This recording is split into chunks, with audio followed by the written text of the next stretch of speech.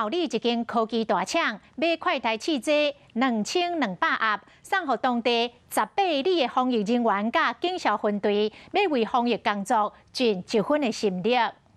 台中市后里区的科技大厂为着善尽企业责任，自发性买2200盒的快台汽车，要予基层的防疫人员使用。透过捐赠快筛剂给各位，